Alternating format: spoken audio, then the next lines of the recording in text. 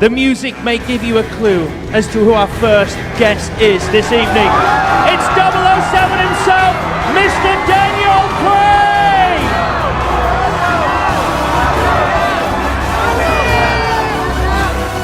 Skyfall grossed $1.1 billion at the worldwide box office, which at the time made it the number 8 highest grossing film of all time. Now this was a monumental achievement. Of course, it's really no surprise that the studios of MGM and Sony desperately wanted a repeat of the success of Skyfall for Bond 24. Initially, Sam Mendes was hesitant to return, and surprisingly, Babs and Mike went on to produce a non-Bond film called The Silent Storm. It hasn't really happened for Bond producers to make any other films besides Bond since the 60s with Call Me Buana and Chitty Chitty Bang Bang. But after that, they managed to persuade Sam Mendes back to direct Bond 24, which was now due to be released in October 2015. Again, the gap between Bond films would be larger than 2 years, which at this point didn't seem to be the standard norm anymore that it used to be for years. But with Mendes returning, along with screenplay writer John Logan, fans were mostly pretty happy to see these familiar names return.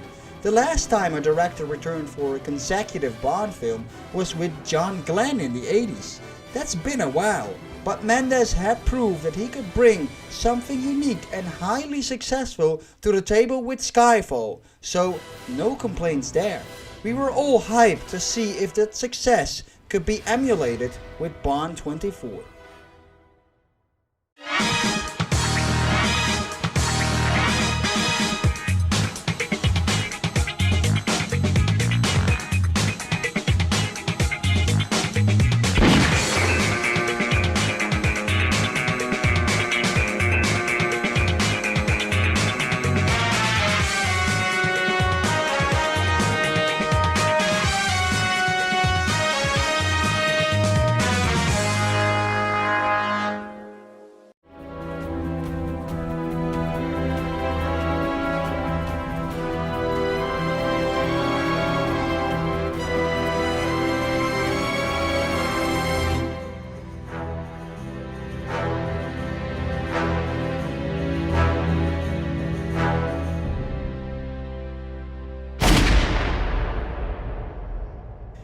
The title reveal of Spectre for Bond 24 caused huge excitement among Bond fans. After all these years of lawsuits with Kevin McClory and all that nonsense, Eon Productions managed to get their hands back to the rights to use Spectre in their films. The classic criminal organization that every Bond fan knows about. Not since the 1960s have we heard the word Spectre in an Eon Productions Bond film. No one really thought they were going to make the move to actually get them to return in the modern era. Spectre seemed to belong in the past, especially since up until this point we all believed that Quantum was supposed to be the new modern equivalent of Spectre. This clearly was a big fan-pleasing move, but it definitely did just that. A casual movie fan probably would have had absolutely no clue what the hell that word even meant, and that reveal likely was followed up by a lot of confusion and millions of Google searches on that day. But when this title reveal came on to Bond fans around the globe, we pretty much all had reactions like these. Oh man, what is it? Come on, come on, come on. Oh, you teasing bastards. Oh, shut up, shut up, shut up! No! Yes! Ah! Ah! Ah! Oh my god! I just shit my pants. The hype for this movie was just unreal, but it didn't end there. By the time the trailers for this film were released, the hype seemed to reach orgasmic levels of excitement among Bond fans. James, it's been a long time. Gosh. And finally, here we are.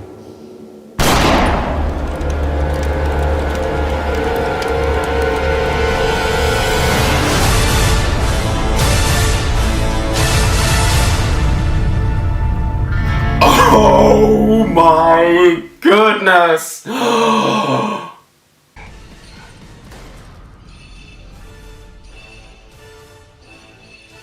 Ah, fuck me. This is the one, innit? This is the one. Oh, God. We were all certain of it. This was going to be a special one.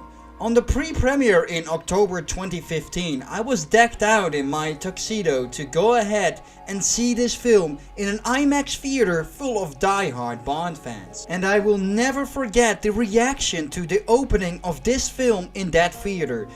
You know what? Here's my most accurate representation of what that experience was like.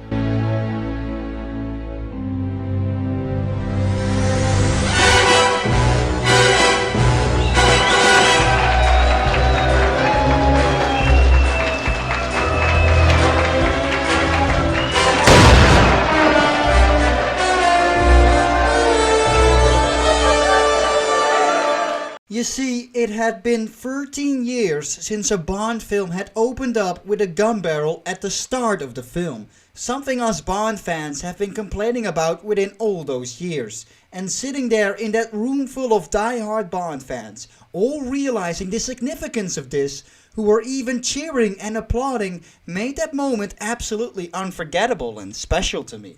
The gun barrel is then followed by this.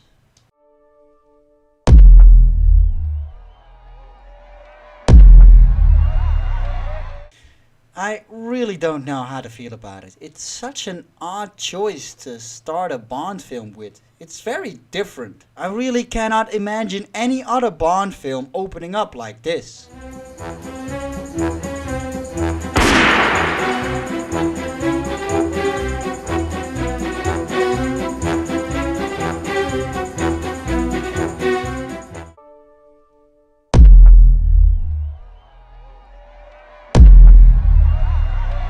Anyway, you don't really get much time to think about it as we move straight into the Day of the Dead parade in Mexico City. I always find it impressive when the filmmakers get thousands of people involved in the making of a sequence, and having all of these people in costume involved and working along is just amazing. Sam Mendes often mentions Live and Let Die as his favorite Bond film, which also happens to be Craig's first Bond film that he saw, and you immediately notice his influence in this sequence. So, a guy in a white suit soon catches your eye from the crowd, and we quickly recognize Bond is out there too, in costume with a random Mexican chick. Sam Mendes made the choice to film this first half of the sequence as if this was all filmed in one long take, something he's now doing again for the length of an entire feature film called 1917. It's something we never saw before in a Bond film, and I think it's very well done. Sure, there are cuts used and it's not actually all filmed in one take, but it's very seamless and really works well in quickly getting you glued to the screen. That movie cliché of a film being featured in Mexico is completely present here though. I saw a colored corrected version of this scene that actually made it all look a lot better and more natural. But hey, it's Mexico in a film, so you have to go with the sepia filter because it's supposed to be dry and hot there. So Bond and the chick end up upstairs in a hotel room. Just before she is about to get down to business with him, Bond is already undressed and casually strolls out of the window. Where are you going? I won't be long.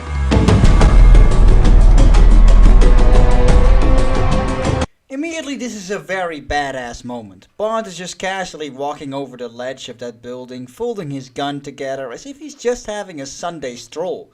Craig is effortlessly cool and totally sells being James Bond. It's fantastic. So we soon realize that the man in the white suit is an Italian guy named Sciarra, and that Bond is out there to take him down. He also hears the mention of a certain Pale King, which comes into the plot a bit later. He quickly takes down some of Sciarra's goons and hits a briefcase with a bomb intended to blow up a stadium. So action ensues as the building collapses and Bond ends up downstairs in a chase with Sciarra, who somehow survived. Again, during this chase you realize the skill of all the people involved within this sequence, which is pretty damn mind-blowing. So Bond and Sciarra end up fighting in a helicopter meant as Sciarra's getaway vehicle. The shots of the helicopter above the big square with all the people is all very impressive. And so are the stunts that this thing is performing, even homaging the big stunt from The Man with the Golden Gun. Just before Bond kills Kiara, he takes his ring. Bond fans of course all quickly recognize the octopus Spectre logo from the classic films.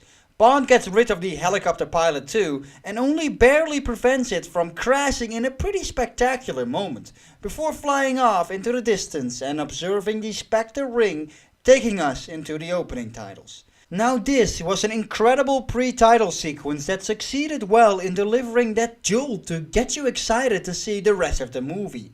The actual Day of the Dead in real life isn't celebrated with a parade quite like this, but due to the interest in the film and a desire to promote pre-Hispanic Mexican culture, the Mexican federal and local authorities decided to organize an actual parade like in the film a year after the film's release.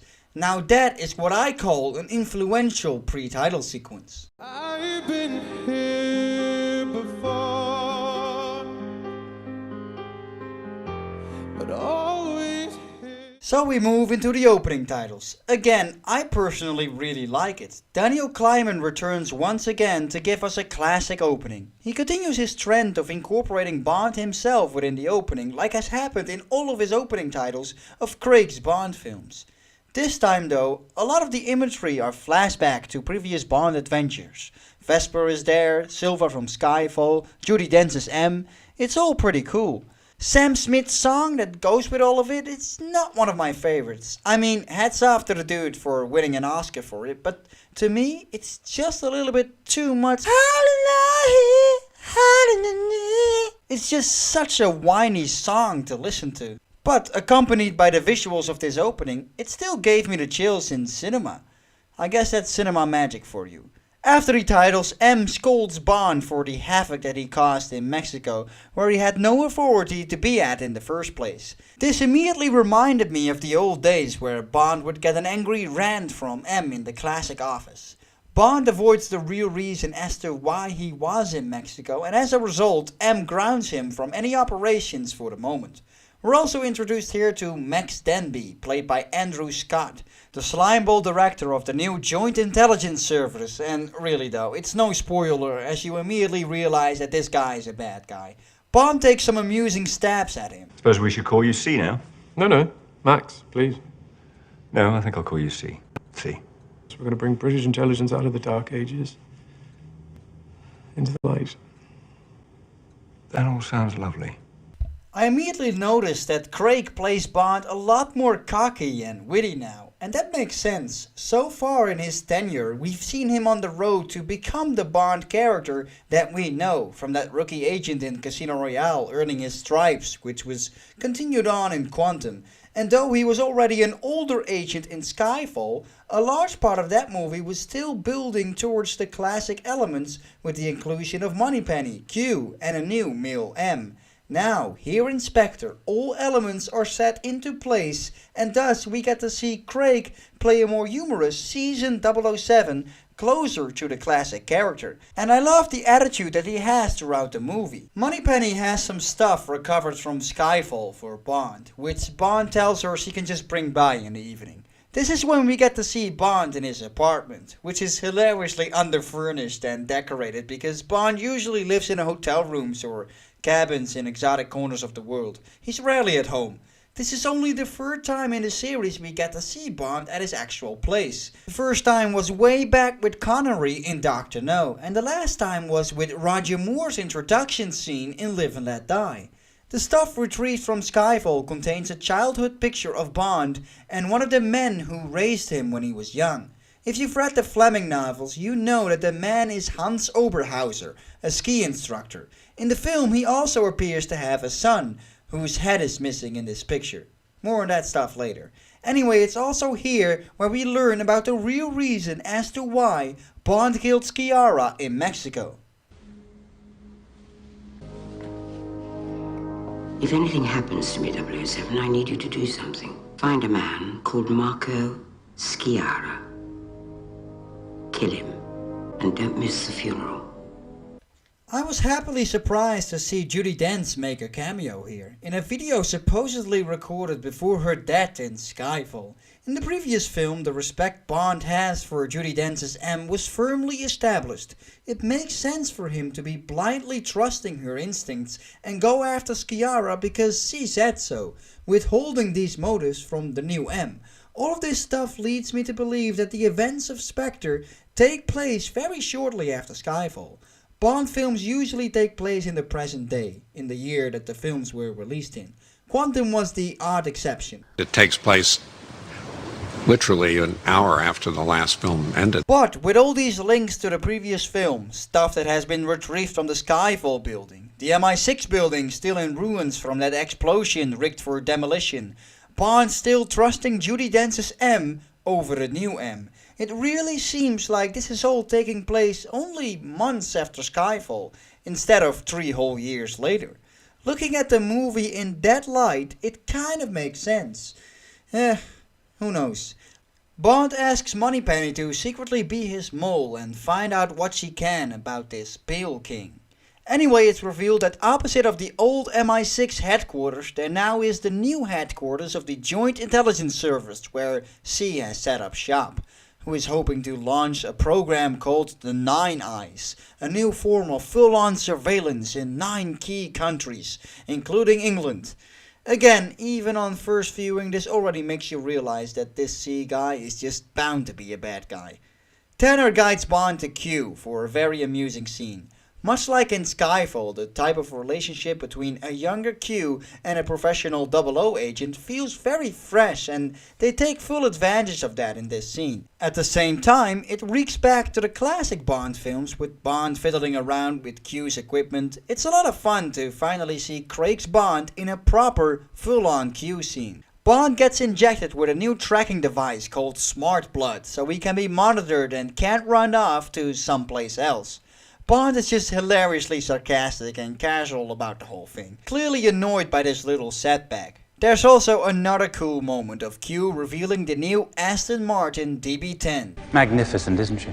0 to 60 in 3.2 seconds. Shame, really, she was meant for you, but she's been reassigned to 009. But you can have this.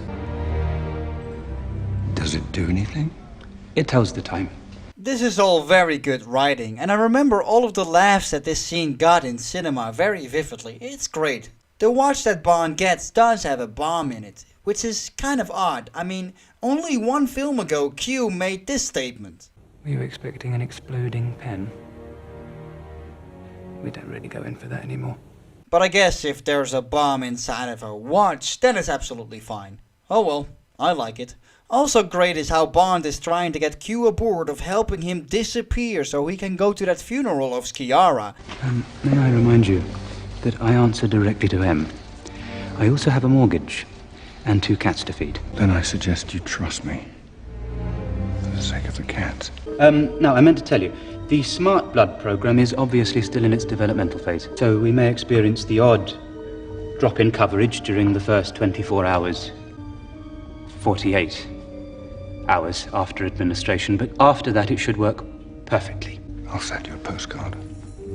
Please don't. Hilarious. Of course, the next day when Q arrives at the office, he quickly realizes that Bond has stolen the DB10 and drove off to Rome, looking the absolute business with that sunglasses in that stunning car and a fantastic suit. All of this feels typical 007 and leaves you with a massive proud smile. So Bond attends the funeral of Sciarra and meets his widow, Lucia Sciarra, who is played by Monica Bellucci. I absolutely love that she plays one of the Bond girls in this film. Fans know that she auditioned for the role of Paris Carver back in 1997's Tomorrow Never Dies, which I think would have suited her way better than Terry Hatcher. So to finally see her almost 2 decades later is great. We also get a first glimpse of our mysterious main villain at this funeral. Bond again is hilariously casual in this scene. How can you talk like this? Can't you see I'm grieving? No.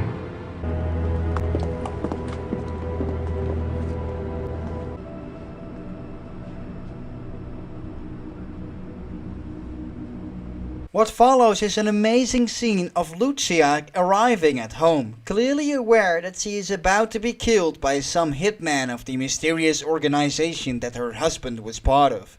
She puts on some classic Italian music, has a drink, and seems to walk straight towards her death. Monica Bellucci played a Bond girl on the highest age with her early 50s, but goodness gracious is she absolutely stunning. I mean, the woman is a year older than my own mother, but damn! Sign me in. In another badass moment, Bond just casually kills the hitman and takes her inside. What follows is another great scene of Bond trying to get more information about the organization her late husband was part of. So he goes for the signature Roger Moore technique of seducing and pumping information out of her, while also getting his awesome Bond, James Bond moment. The only shame to this scene is how this is already Bellucci's final scene. Bond contacts Felix to get her out of there safely and now learns from her where to go next. It's really a shame though, much like in Skyfall where Severin was a very intriguing and interesting character with way too little screen time, we get the same treatment here, again, with another intriguing character that gets even less screen time. I do really like those cool moments where Bond is speaking Italian. Buona fortuna, Donna Lucia. Vai avanti. Sì, prego. Sono Topolino. E tu chi saresti? So thanks to Lucia's information, Bond now knows that this organization is having a meeting at the Palazzo Cadenza. We've been waiting for this scene ever since that first teaser trailer hit, where a shadowy figure would discuss devious plans and terrorism, revenge and extortion activities in a giant secret boardroom. All of that is present here too, in a wonderful modern interpretation.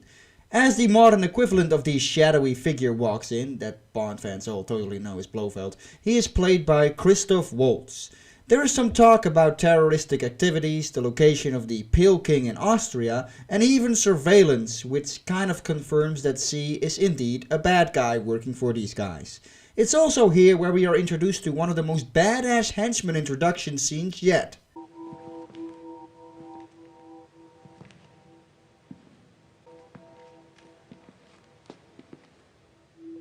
Welcome. State your credentials for succeeding Senior Scarra.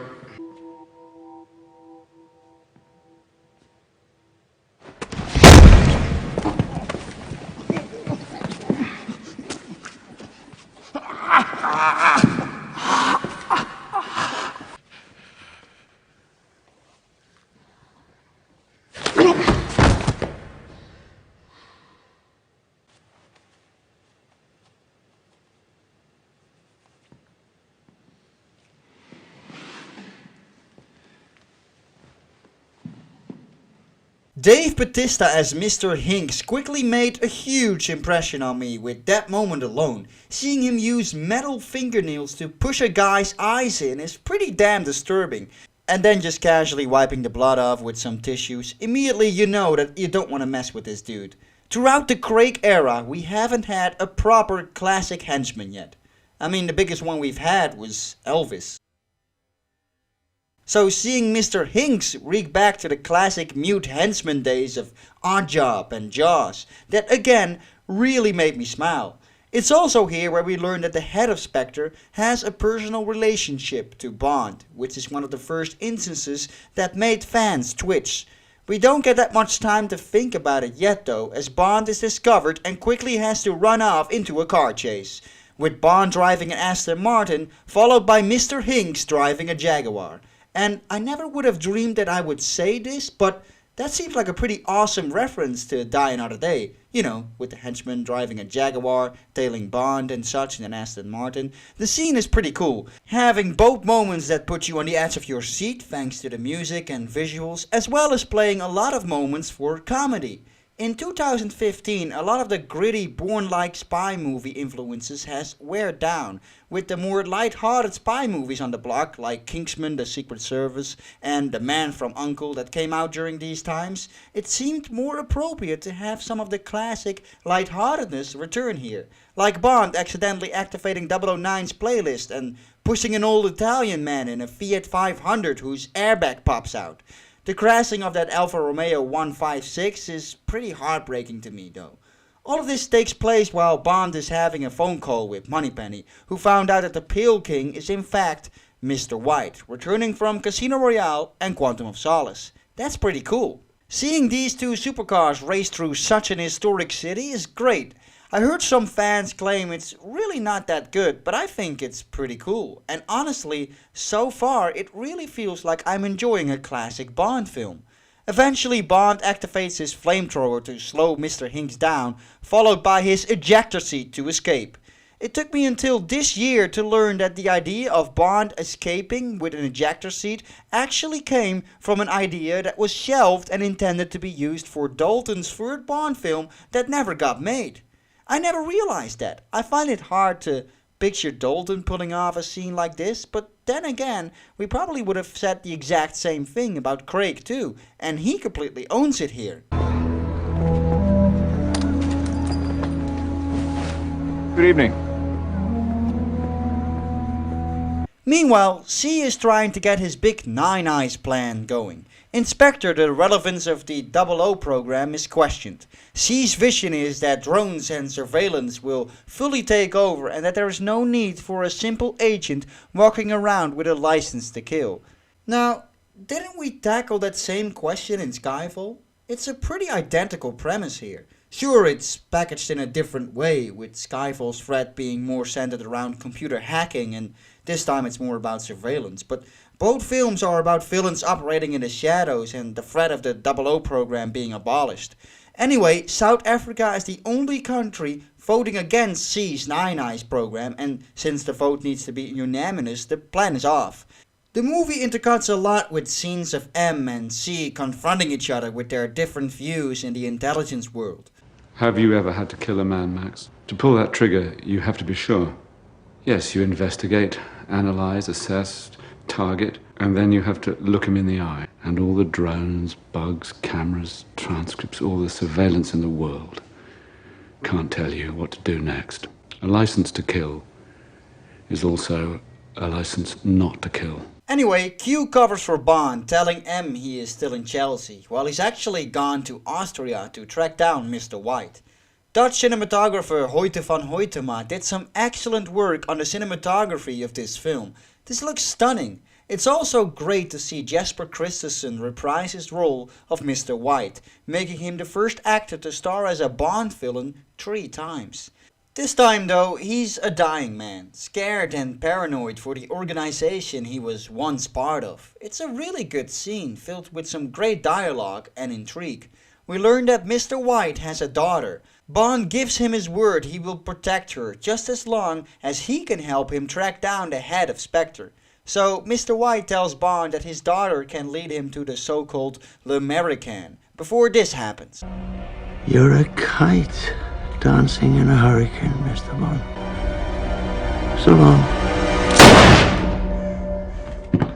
It's a pretty powerful scene, something they were originally planning to use for the end of Quantum of Solace. But of course we all know they really had no clue what the hell they were doing with the story of that movie, so I'm glad it ended up finding its way into this film. This also shows the potential of reusing a character we're familiar with and killing him off. It leaves a much greater impact than had this just been some guy we were told that Bond had once met, something the series has missed quite a few opportunities for in the past. So Bond continues his journey by tracking down Mr. White's daughter at the Hoffler Clinic on top of a mountain. A pretty cool homage to Peace Gloria. Again, all of this looks great. Mr. White's daughter is called Dr. Madeline Swan, played by Lea Seydoux, and she's our main Bond girl of the film. And, well, she's okay, but she's the type of girl with a certain look I'm just a little indifferent about. She's kind of, voulez-vous coucher avec moi? You could do her, sure, but you may as well not. That type of chick. You really don't have that much of a strong opinion on her. She's just there. Bond gets in an interview with her and soon reveals that her father is dead, prompting her to order Bond to get out of the clinic. Of course, Bond just casually hangs around anyway. Vodka martini, shaken, not stirred. I'm sorry, we don't serve alcohol. I'm really starting to love this place. We'll have the prolytic digestive enzyme shake. It's also pretty surprising to see Q turn up in the field. That hasn't really happened since License to Kill. It's pretty cool. Bond asks Q to analyze the Spectre ring and find out what he can about it. Thanks to a camera hanging back at Mr. White's crib, Mr. Hinks knew that Bond was going to be here and kidnaps Madeline. Bond takes care of some guards in a very amusing way. No escape! A little while later, Bond is chasing down Mr. Hinks in a plane and... Wait, where the hell did he get that plane so quickly? Who knows? Guess there was an airport near the clinic. This again makes for one of those moments that got me thinking, why doesn't Bond just follow these guys to wherever these guys are going, instead of trying to stop them? They are probably going to take her directly to other members of Spectre, which is exactly what Bond is trying to reach this whole time. I mean, that would save him the trouble of chasing down this American lead and all that crap. But Bond has sworn to protect her, so yeah, let's just try and kill our leads. The action scene is pretty good though, with Bond crashing down his plane through the snow, sliding down a mountain and crashing through a cabin into one of the jeeps of the bad guys. It's all pretty awesome. So Bond saves Madeline, who goes into classic ungrateful bitch mode. Get away from me! Just get away! And meanwhile, Mr. Hinks appears to have survived the crash. This immediately reminded me of Jaws and made me wonder whether or not he was going to turn out to be one of those superpowered henchmen that always returns and survives the impossible. At the hotel that Q is staying in, we get some exposition explaining us more about the Spectre ring that Q has analyzed, and we find out that this movie is linking together all of Craig's past Bond films. Every villain he's faced, Le Chiffre, members of Quantum like Dominic Green and Mr. White, even Silva and Patrice from Skyfall, they were all part of the same organization. On the one hand, unlike others, I like continuity in Bond films, and linking it together gives Spectre a bit more weight and importance. I can see why they would make Quantum part of Spectre, to kind of keep the continuity of Craig's Bond films going, but it does seem pretty far-fetched that Silva is all of a sudden part of Spectre too. He really seemed like an independent villain with his own motives. It's kind of like if they all of a sudden revealed in Thunderball that Goldfinger was part of Spectre all along. There's no real need to do that. By the way, this is the moment where the film finally reveals the name of this organization. Its name is Spectre. Of course, to us Bond fans, this was something we've known this entire time, as we immediately recognize the classic octopus logo straight from the pre-title sequence, and it's the freaking title of the film. We know what it means. But when I went to see the film a few more times in cinema with actual casual audiences, you seriously heard people go, "Ah, so that's what it means." We learned that the lead of L'American is actually a hotel in Tangier where Madeline used to come with her father when she was young. It's a pretty rundown old place. Bond is skimming through the room and doesn't find much else than a bottle of alcohol and some rats walking around. What's that, you? You working fool. So that rat leads him to a hidden room where Mr. White's secrets are hidden. There's even a VCR tape of Vesper Lind, another nice touch for the fans. You can see Bond is hesitant for a brief second and then puts it away just to focus on his objective at hand. It takes something to just throw away a tape revealing answers of the love of your life, showing that Bond's character has come a long way since the days of Casino Royale and Quantum. It's also here where Bond finds out about Spectre's big villain lair in the middle of nowhere. There's probably no way you can reach that place, so Madeline and Bond just take the train there. There's an interesting scene of Madeline talking about her past, revealing she hates guns but knows how to use them. This whole backstory of a man coming to her house when she was young will probably be explored more in No Time to Die, but that's still a wait and see as of now. In the evening, Bond and Madeline have dinner together. I absolutely love the homage to Connery's Bond in Goldfinger with the white dinner jacket. It looks amazing. Madeline in that dress, it's not really my thing. The scene of her and Bond reflecting on life is pretty good though. Is this really what you want? Living in the shadows, hunting, being hunted, always alone? I'm not sure I ever had a choice. Anyway, I don't stop to think about it. What would happen if you did? Stop? Yes. It tells us a lot about Bond's character. You know, he didn't have to do any of this. He's not on an official mission, but he's solely motivated because he feels this is what he needs to do. Trusting the instinct of the old M, tracking down this organization, never giving it any thought what he would do if he would quit, because that simply isn't an option for him. This marks the moment where the pair becomes a bit more drawn towards each other. It's a pretty nice setting. Two people on a coincidental destiny, enjoying dinner together in some exotic corner of BAM! Cue a sudden fighting scene! Mr. Hinks shows up and starts kicking the shit out of Bond. If we've learned something about the Bond series, it's that fighting scenes aboard of trains are always great. This one is pretty badass too. Hinks seems like one of these guys that's just so hard to put down. And Craig and Bautista are really going at it, destroying walls and tables in the carriages. I think they even consciously homaged the train fight in From Russia With Love by not having any music but only having the noise of the train tracks in the background.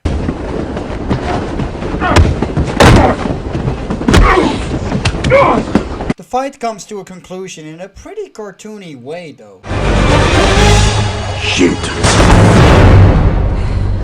Immediately I started wondering if Hinks was going to show up in one of those neck braces later on in the film. But no, this was the last we see of him. Would be cool to see him show up in the future, but I'll doubt we'll ever see him return. But seeing Bond take care of Hinks like that, it totally put Madeline into Madeline swoon mode, so they decide to bang. It's kind of out of left field.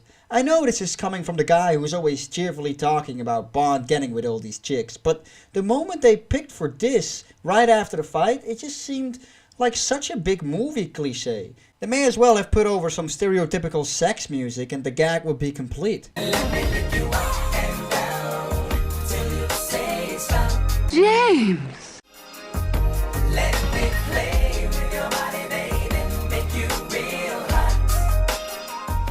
So after that, Bond and Madeline arrive in the middle of nowhere in the desert, where they are picked up by a Rolls Royce escorting them to the big Spectre hideout. Not an hollowed out volcano this time, but close, a crater made by a meteorite. It's actually all pretty Bondian. An outlandish secret facility that no one knows about, Bond and the girl arriving there essentially as prisoners. And I love how Bond is all amused by the warm welcome, completely playing along with it, fully aware that these are the same people that tried to kill him throughout the film. It's a typical Bond moment that seems very reminiscent of Dr. No again, when Bond and Honey were welcomed warmly at the villain's hideout and were escorted to their own rooms before meeting with the villain later. All of that is present here too.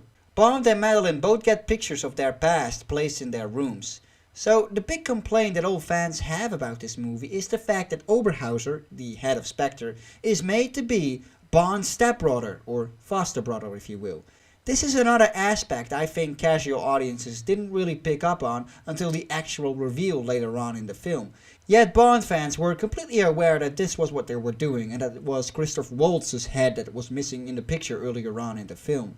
I guess the filmmakers tried to give Bond's iconic arch-nemesis a bit more of a personal connection by having him share a past with Bond. You know, all these characters returning in Daniel Craig's Bond era seem to get a little bit more weight and background. So I can understand that they wanted to give Blofeld a bit of a more personal motivation to be Bond's author of all his pain, to have a reason for the hatred towards Bond. But it's just that the whole stepbrother thing isn't played out all that well in the film. Sure, we see that Bond recognizes him and is surprised that he is still alive, but never for a second does it really feel like these two have a large history together. It doesn't really spoil the entire movie for me like it does for others though.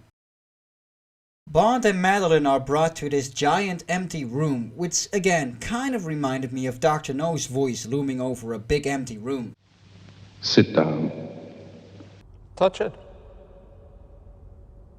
You can touch it if you want. Thank God we get some context with that line though. I mean, had Walt said that line in some kindergarten, it would have totally come across differently. So we learn that this facility is mostly used for surveillance and coordinating terrorist attacks throughout the world. It's also not a surprise to learn that C is indeed in cahoots with these guys, trying to get his Nine Eyes program online. The part where Bond reacts all dramatic and angry when Oberhauser puts on the tape of Madeline's father's suicide seems pretty out of character. When I was first watching this, I thought Bond was afraid that Oberhauser had manipulated the footage or something. Watching this all these years later, it still seems like a bit of a weird and out of place scene. So Bond is knocked down, and the next thing you know, he's strapped to a chair in a torture sequence taken straight from the Colonel Sun continuation novel. There's also a white cat present, making it really obvious now that Oberhauser is in fact Blofeld. Franz Oberhauser died 20 years ago, James. The man you're talking to now, the man inside your head, is Ernst Stavro Blofeld. That is brand new information!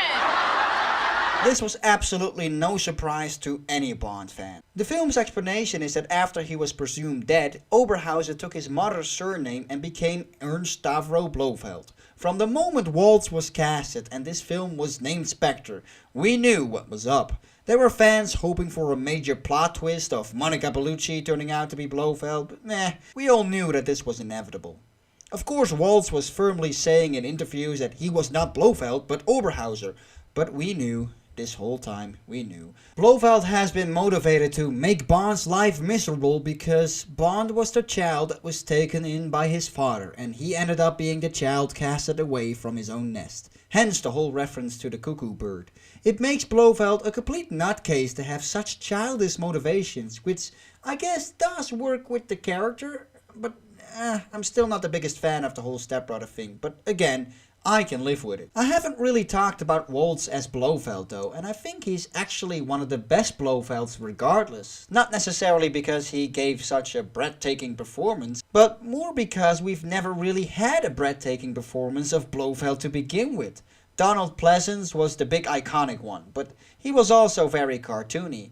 Telly Savalas was pretty good, but also never really blew me away as one of the best Bond villains ever. And don't get me started on Charles Gray. So, Waltz, yeah, he's decent. I think most fans were mainly disappointed with his portrayal because we all know how good he was in Inglourious Basterds and such. Even Waltz himself later admitted that he never really got a good grasp on the Blofeld character. So anyway, the torture sequence. It's pretty good. Bond doesn't immediately manage to escape from it, and Blofeld starts drilling into his head. Supposedly this would cause memory loss on Bond's part, but none of that is played out in the movie. It's pretty strange. It's also pretty disturbing, I give them that. So with the help of Madeline, Bond uses his explosive watch to blow the shit out of the clinic.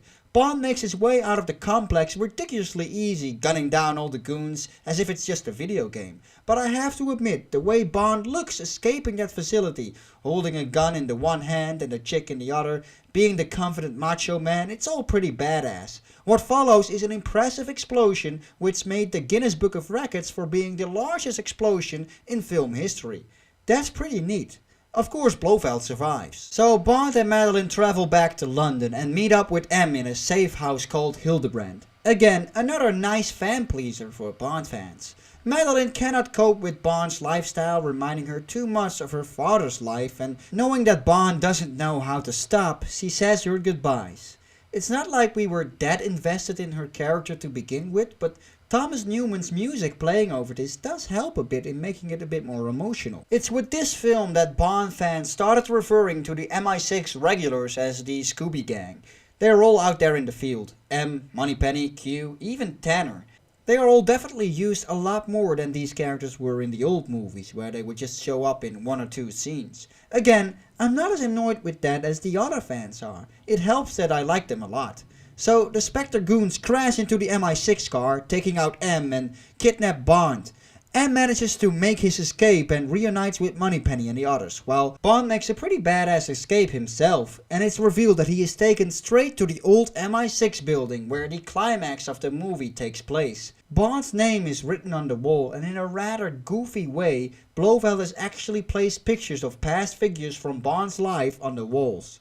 It's pretty silly. I do love how they didn't even acknowledge Dominic Green though. It's like the filmmakers knew most audiences wouldn't remember who the hell that is anyway. Thank God Blofeld didn't bother to hang up all the past Bond girls though. That would have cost him quite a few printer toners. So when Bond ends up finding Blofeld behind some glass, we get a reveal that he now has the iconic scar as a result from that explosion of Bond's watch. It's a touch I personally appreciated, fully falling in line with Craig's Bond films of giving some classic elements an actual origin. explosion. So Blofeld rigs the building's demolition while Madeline is kidnapped and hidden somewhere inside, and a race against the clock ensues. What immediately struck me in the cinema though is how Thomas Newman just keeps on recycling the soundtrack from Skyfall.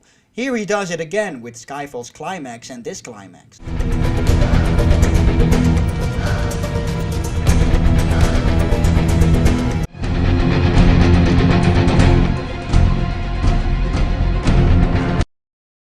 Though I liked the music, it seemed pretty lazy to me. Anyway, M is meanwhile confronting C, who is about to activate the whole 9 eyes thing in another countdown. And really though, what happens if it does get activated? Didn't Spectre have full surveillance to begin with that camera in Austria they could just operate and all the reach they seem to have all around the world? What is the extra surveillance really going to do? And what if it does get activated and gets turned off a few minutes later? It's not like it's a bomb that is going to be set off, it's just some extra cameras in the world. It doesn't feel like anything threatening to me at all. M does get a brilliant line here. And now we know what C stands for.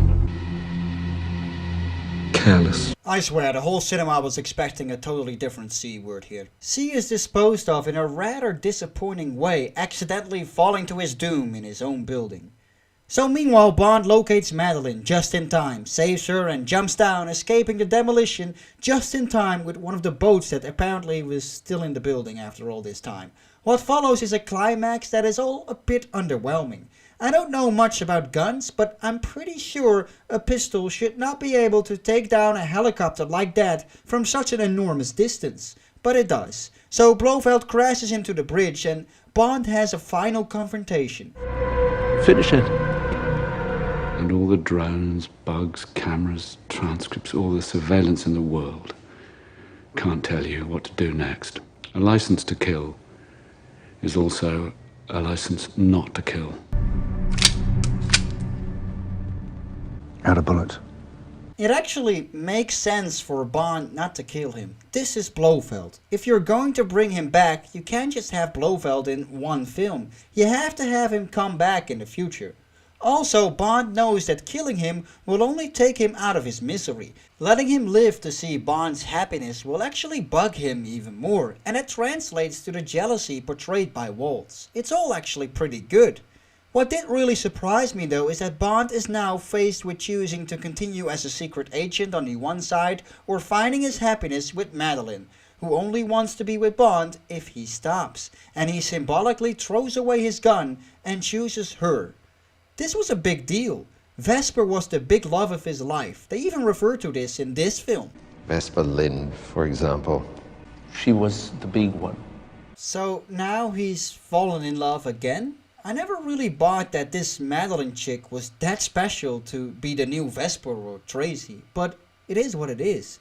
So the film ends with Bond returning to MI6, not to come back, but to pick up his trusty DB5, and he drives off into the sunset with Madeline, retiring from the Secret Service. And we get the same overused James Bond theme that all of Craig's Bond films have used, which kind of, again, made it feel a bit overused and recycled, despite this being a very unique and different ending. My first thought immediately was, okay, so what happens next? In the next film they have to do something with Madeline and Bond has to get back into duty somehow. There's no other way. Blofeld has to return too. Much like Skyfall, it did immediately left me wondering what they'll do next.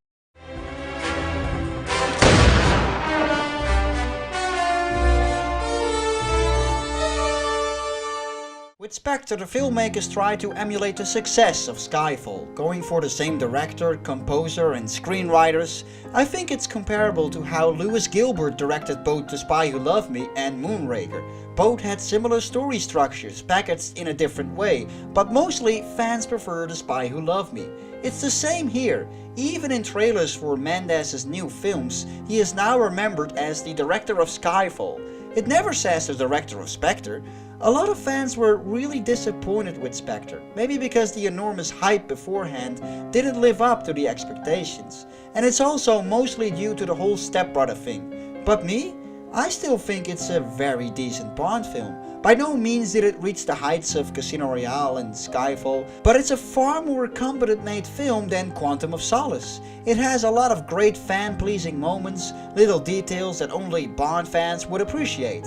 I love that they did that, because in a lot of ways it really is a film made for the fans, packed with a ton of stuff that just passes by the casual audiences. Spectre may have done things wrong with elements in its story and an underwhelming climax. It did do a lot right too. It looks great, it had one of the most amazing pre-title sequences, it has great action, and while it can be dark and gritty in places, it also brought back some of the classic outlandish fun with some typical Bond moments. In a lot of ways, Spectre was a love letter to Bond fans, and it's a shame that a lot of them just don't see it in that way. I really enjoyed this film on my first watch, but I still do now, several years later. So to me, Spectre is not a Bond film I rank at the bottom or at the top. It's a typical middle of the pack one for me.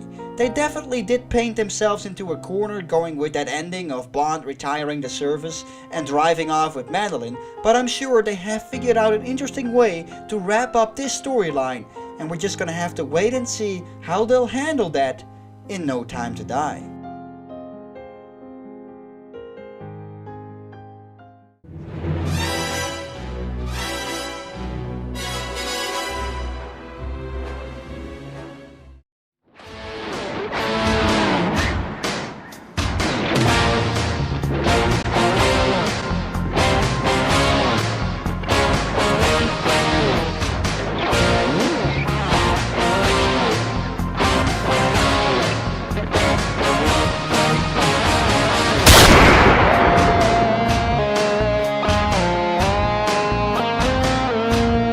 Thanks a lot for watching my video. Do you like my work and would you like to help this channel grow? Well, consider becoming part of the exclusive DBF community and help support my channel. What is the DBF community? Well, it's the community over at my Patreon page made for the biggest fans of my channel. Why did I create this community? Well, you see, every average project you see on here takes me roughly 30 to 40 hours to produce, and upon uploading it, all revenue is pretty much taken away immediately by MGM or other film studios, unfairly as it goes against the fair use policies. So that's why I'm always looking for support and set up this community on Patreon for the biggest diehard fans of my work. I am a believer that those who support me should be rewarded with a ton of perks, like getting 2 weeks early access to all my latest videos, receiving a personal thank you video from me. I will also send you my custom made Blu-ray covers that you can print out and put in empty Blu-ray boxes, and you get exclusive access to the supporters Discord server where you can chat with me and fellow Bond fans whenever you like. And everybody that supports me also builds towards new goals for the channel's future. All these perks come for a little $3 a month. All support is appreciated immensely. Thanks a lot, guys.